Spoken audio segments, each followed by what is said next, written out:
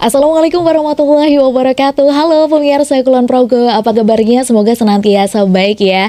Senang sekali saya Malia Miftah dapat menjumpai Anda kembali dalam program Opsiku, obrolan seputar solusi dan inovasi Kulon Progo. Program ini menjadi salah satu persembahan istimewa sebagai media diseminasi informasi untuk seluruh masyarakat, persembahan dari pemerintah Kabupaten Kulon Progo.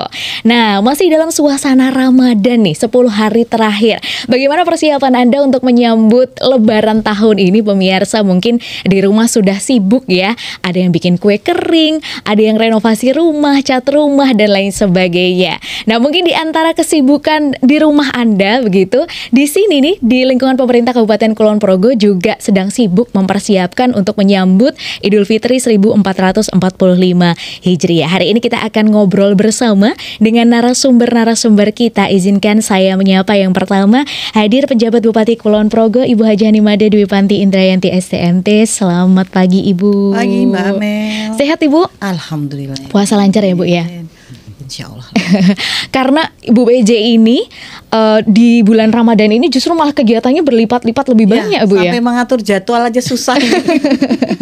Karena kalau biasanya sore udah selesai, ini sampai malam begitu ya Bu ya. Luar biasa, tapi alhamdulillah sampai puasa 10 hari terakhir ini masih sehat Bu. Amin, insya Allah. Baik, kemudian ada narasumber kita yang kedua di sini, Sekretaris Daerah Kabupaten Kulon Progo, Bapak Triyono SIP MSI. Selamat pagi Bapak. Selamat pagi Mbak Amel. Sehat Bapak? Alhamdulillah sehat. Alhamdulillah. Amin. Puasa lancar Pak sampai 10 hari terakhir? Sampai sekarang lancar. Lancar ya, luar biasa. Baik, Ibu tadi terkait dengan kegiatan selama di bulan Ramadan begitu ya. Salah satu kegiatan yang juga menjadi rutinitas dari pemerintah Kabupaten Kulon Progo di bulan Ramadan itu adalah safari taraweh begitu. Kita sedikit mengulas tentang sebulan ini, Bu Peju sudah jalan-jalan kemana-mana nih di 12 Kapanewon begitu, menemui masyarakat, berinteraksi langsung bersama dengan masyarakat. Ada nggak sih Bu feedback dari masyarakat terkait pembangunan yang sudah dilakukan oleh pemerintah Kabupaten Kulon Progo? Ya, terima kasih Mbak Amel. Jadi saya itu bersyukur sekali ya mendapatkan pengalaman yang luar biasa. Jadi rutinitas di Pemkab Kulon Progo ini setiap Ramadan itu adalah melakukan safari taraweh ya. Kalau tahun ini itu di 12 Kapanewon ya, 12 Kapanewon, dan akan dipilih mana kemudian lokasi yang memungkinkan untuk kita sama-sama melakukan ibadah sholat Isya dan tarawih bersama-sama. Tapi satu hal yang mungkin yang berkesan bagi saya itu luar biasa, kan selesai kantor jam 4 ternyata tempatnya itu tidak dekat, jauh gitu ya Bu ya. Jadi kadang itu bukannya di jalan sampai sana sudah Isya gitu ya. Dan alhamdulillah bisa ketemu dengan masyarakat ya. Kemudian kami juga ada baik yang mungkin di sisi pesisir maupun di pegunungan. Jadi seperti yang kami sampaikan dari sisi akses, memang mungkin saya tidak tahu juga ya, tempat-tempat yang dipilih itu luar biasa. Jadi ya luar seperti biasa. apa itu Bu luar biasa? Luar biasa itu dalam artian mungkin menuju ke sananya tidak selalu jalannya mulus gitu. Biar lebih berwarna gitu kali ya Bu ya. Asik ya. Menurut saya itu juga asik gitu ya. Ya, terus kemudian bicara masalah apa yang kemudian diperoleh dari tidak hanya sekedar kemudian menjalankan ibadah sholat Isya dan tarawih berjamaah, tapi juga penyampaian. Banyaknya sih komplain masalah jalan ya Mbak. Ya jalan, masalah traffic, ya kebanyakan infrastruktur ya yang kemudian mereka minta ada perhatian khusus dari pemerintah daerah. Dan hal ini menjadi catatan juga, termasuk juga kemarin ada dari Pak Takmir Masjid di Galur itu penyampaian masalah ini Pak Sekda, peringatan 17-an itu jangan sampai menabrak sholat katanya. Jadi saya pikir itu sesuatu yang mungkin sederhana, tapi itu menjadi satu hal yang sangat penting begitu. Betul. Dalam artian pengaturan jadwal kegiatan acara apapun ya. Biasanya kalau mau kemerdekaan atau HUT-nya Kulon Progo itu kan acara seharian. Ya, acara seharian. Mungkin bisa diatur. Kadang-kadang kan persiapannya itu sudah dari pagi, terus pentasnya siang, nggak ketemu duhur, nggak ketemu asar, kan gitu ya. Nah ini kan jadi, nah itu ya. Saya pikir ini masukan yang cukup bagus ya. Jadi untuk mengingatkan kita semua, baik kita bolehlah euforia merayakan sesuatu, tapi jangan lupa terhadap kewajiban. Iya, gitu. luar biasa. Jadi luar biasa ya. Saya kira ini menarik. Termasuk juga mungkin kami menghimbau berkaitan dengan sisi toleransi. Karena itu hal yang sangat penting. Jadi dinamika di masyarakat ini kan luar biasa ya. Jadi pengaruh-pengaruh luar juga mungkin juga sangat gencar ya, sehingga proteksi terhadap dari sisi penerimaan masyarakat ini tuh perlu juga dijaga. Mana-mana yang kemudian ini dapat mengakibatkan kerentanan, baik itu sosial, keamanan. Ya tadi juga menyinggung bagaimana kita bisa hidup dengan nyaman dan aman ya itu hidup berdampingan dengan baik ya. Kita tidak bisa memaksakan seseorang untuk bisa sama seperti kita gitu. Tapi bagaimana kita memahami, bertoleransi ya terhadap perbedaan yang ada. Perbedaan yang ada. Jadi itulah dinamika yang kemudian kita temuin di dalam perjalanan di bulan Ramadan ini. Tapi selain itu ya bagaimana masyarakat itu secara gotong royong ya, itu terlihat jelas lah. Luar biasa. Berarti emang Kulon Progo ini tuh sebenarnya masyarakatnya kompak ya, Bu? Oh, kompak sekali. Iya, kan toleransi Kulon Progo sangat terkenal di kita ini ya. Oke, baik. Berarti dari safari taraweh tadi luar biasa banyak insight juga yang masuk ke pemerintah gitu, yang kemudian bisa menjadi salah satu pertimbangan begitu untuk merumuskan kebijakan ke depan begitu ya, Bu ya. Baik. Nah, untuk sekarang kan sudah menjelang Lebaran ini, Bu, tinggal menghitung hari gitu. Detik demi detik. Kan jadi lagu ya. Wah, tahu ini lagu favorit ya Bu PJ ini pasti ya.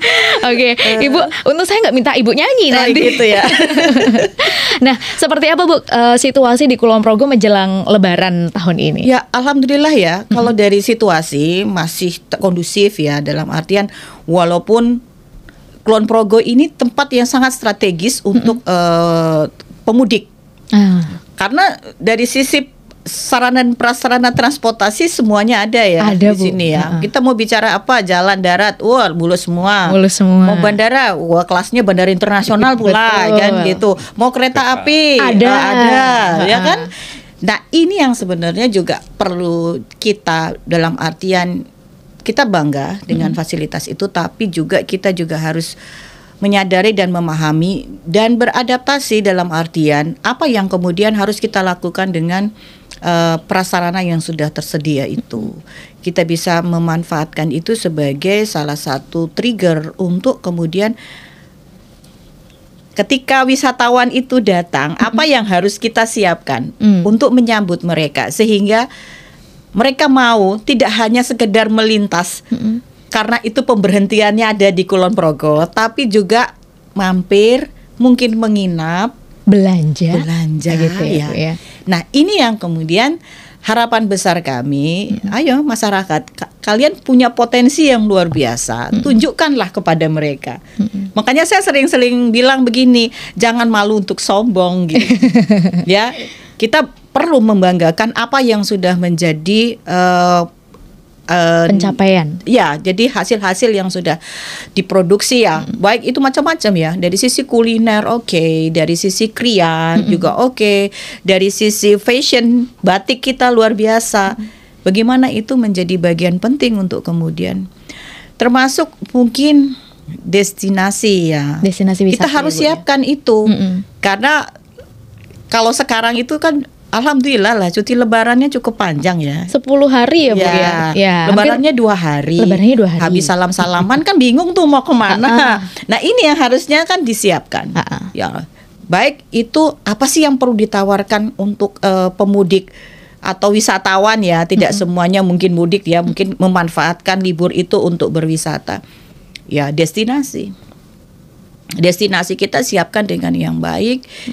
Kalau Kulon Progo sendiri itu kan destinasinya alam ya, yang buatan mungkin tidak banyak atau ya belum tersentuh dengan baik. Tapi alam ini saya kira luar biasa dan kita semua wajib menjaganya supaya lingkungan itu tetap bagus gitu ya, tetap bagus. Mungkin penataannya disesuaikan dengan daya dukung dan daya tampung lingkungan, kesesuaian lingkungannya seperti apa. Kemudian orang kan menikmati destinasi itu kan tidak cuma melihat pemandangan ya. Mereka perlu saya harus kulineran apa ini? Minum, makan tuh udah jadi pokok ya Bu ya. Lah ini yang sebenarnya juga komplit, paket komplit itu sebenarnya. Kita menyiapkan tempatnya, kita menyiapkan kulinernya, kita menyiapkan pertunjukannya. Kan nggak mungkin cuma nontonin alam itu. Ada betul, destinasi, ada kuliner, ada atraksi begitu. Iya. Ini saya kira menjadi hal penting. Jadi sebenarnya itu kan tidak kemudian dadaan ya. Kegiatan-kegiatan kan sudah. Kulon Progo ini luar biasa ya. Kemarin di Glagah itu kan ada apa ya namanya itu ya, pasar kuliner Glagah apa itu ya, untuk yang Ramadan. Saron Gender. Kemudian di dalam period itu ada pertunjukan yang ditampilkan. Saya kira ini kan juga bisa nanti diadakan pada saat libur. Momen libur tadi. Momen libur ya. Ini menjadi daya tarik tersendiri ya bagi wisatawan untuk tidak tidak hanya melewati Kulon Progo, tapi juga mampir, kemudian menikmati, mungkin sampai menginap karena secara akomodasi juga sudah lengkap semua di sini ya Bu. Ya, wah luar biasa potensinya Kulon Progo ini. Saya ke Pak Sekda dulu begitu Pak Sekda. Ini kalau dari Pak Menteri Perhubungan begitu ya. Ibu lebih tahu gitu. Dan Pak Menteri Perhubungan ini memprediksi di tahun 2024 ini akan ada peningkatan mobilitas Bapak 71,7% dari jumlah penduduk di Indonesia, dan DIY ini menjadi posisi terempat gitu ya Pak ya. Tujuan mudik dan lain sebagainya. Nah, Kulon Progo ini kan ada di jalur transportasi nasional baik darat juga udara begitu. Bagaimana kemudian kesiapan dari Pemkab Bapak untuk memanfaatkan kesempatan ini begitu? Monggo. Terima kasih Mbak Amel. Jadi betul, Kulon Progo ini saya kira cukup lengkap untuk sarana transportasi. Ada udara, kita punya bandara yang luar biasa. Kemudian juga kalau kemudian sarana kereta juga kita ada stasiun di sini. Kemudian angkutan juga ada semua.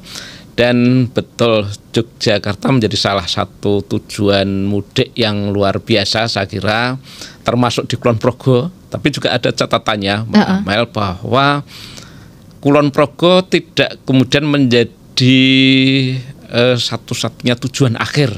Mereka rata-rata nanti justru akan banyak lewat Kulon Progo, tetapi tujuannya adalah ke Jogja, ada yang ke Magelang, ke Wonosari dan sebagainya.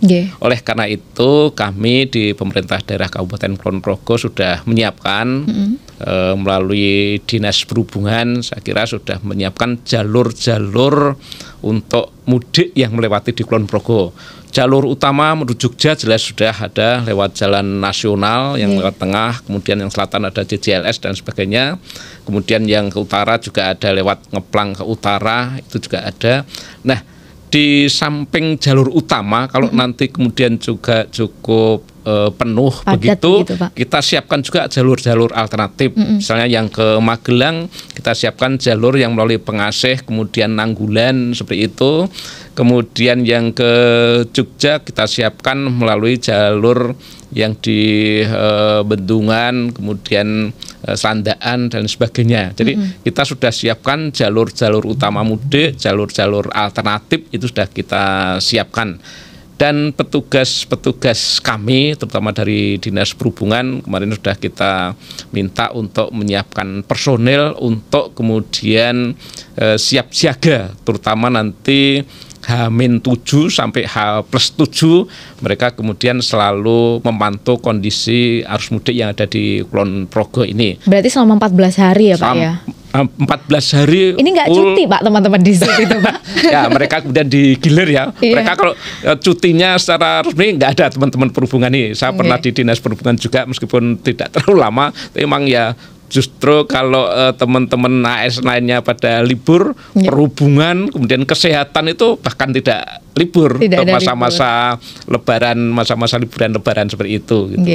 Dan juga kita sudah menyiapkan nanti untuk pospamnya seperti di dinas perhubungan itu sudah disiapkan pospamnya di depan dinas perhubungan. Kemudian dari polisi, dari pramuka, juga dari orari dan sebagainya mereka juga punya pos. Kalau yang polisi ada di Temon, ada di depan terminal, nanti di Wates, di Sentolo, Nanggulan, mereka juga menyiapkan pos-pos pengamanan untuk arus mudik yang ada di Kulon Progo tahun ini. Gitu. Kita harapkan mereka yang mudik ke Kulon Progo atau lewat Kulon Progo semua bisa berjalan dengan lancar, aman dan nyaman, yang jelas seperti itu. Iya. Baik, luar biasa karena Kulon Progo ini posisinya memang strategis sekali begitu ya Pak ya, ada di wilayah selatan, barat, perbatasan juga dengan Jawa Tengah begitu. Jadi kabupaten paling barat. Baik, Ibu, terkait kebijakan pemerintah daerah Kabupaten Kulon Progo terkait kemudian kolaborasi yang dibangun antar sektor ini seperti apa Bu kebijakan yang akan diberlakukan? Ya, kan gini, pertama kebutuhan ketika bicara menjelang Idul Fitri itu adalah pangan ya, bahan pangan pokok. Saya kira ketika kita bicara itu, kita tidak cuma menghitung berapa sih jumlahnya penduduk Kulon Progo, tapi berapa nantinya wisatawan juga yang kemudian akan datang dan menikmati Kulon Progo. Otomatis ketersediaan bahan pangan pokok itu menjadi hal yang penting. Sehingga Pak, ini kan kemarin isu luar biasa, enggak isu juga ya, sudah realita itu, beras luar biasa. Betul, padahal beras ini kan di masa-masa mau lebaran kan untuk zakat fitrah dan lain sebagainya tuh permintaannya tinggi ya Bu ya. Tapi kan alhamdulillah ya Mbak Amel, masa sekarang ini karena sudah panen juga ya, sudah mulai panen kan, Maret April itu sudah mulai panen dan harga gabahnya juga sudah menyesuaikan. Beras juga sudah turun ya dari harga yang lalu seperti itu. Ya kita kan berharapnya ketika itu semuanya stok bahan pangan itu tercukupi, ya insya Allah lah ya semuanya bisa berjalan dengan aman. Nah ketercukupan itu kan tidak hanya bisa dipenuhi oleh kita sendiri ya. Nah ini kan kemarin juga pasar murah segala macam kan. Betul. Kita juga kolaborasi ya. Baik itu dari Dinas Perindustrian dan Perdagangan, dari pertanian juga. Bagaimana kemudian kesiapan misalnya dari sisi proteinnya kan ya, telur, daging, ayam, daging sapi seperti itu.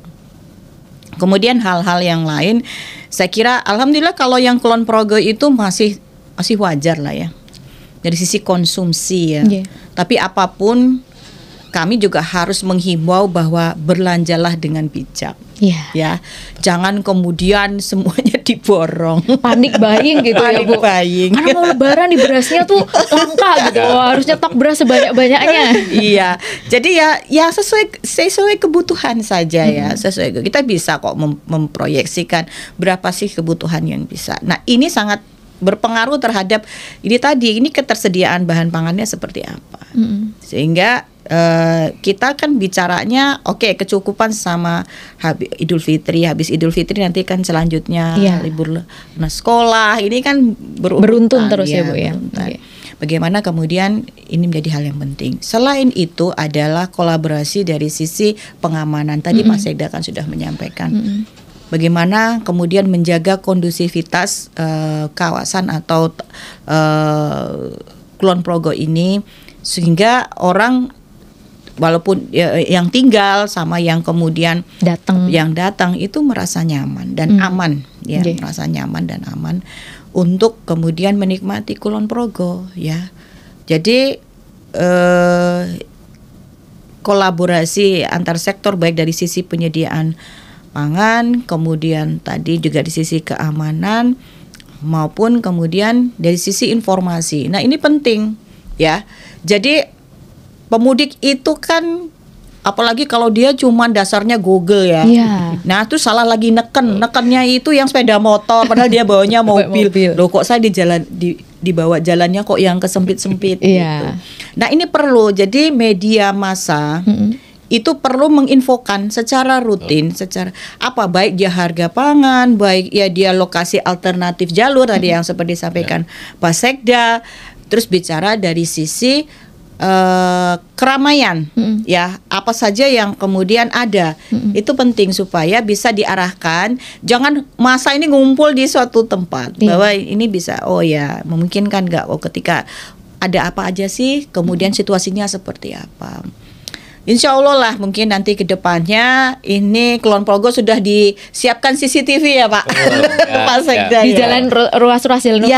Ya, itu menurut kami itu sangat penting karena pengamatan itu bisa secara langsung ya di sisi room dan bisa sangat membantu untuk mengatur traffic lalu lintas. Iya, jadi kita itu banyak sekali kan simpang, banyak simpang, kemudian traffic light-nya juga banyak, tapi posisi masing-masing lengan itu tidak sama, tapi waktunya sama. Jadi dari timur ke barat itu arusnya besar ya, jalannya lebar. Tapi dari selatan ke utara dia kecil, tapi sama dia time siklusnya.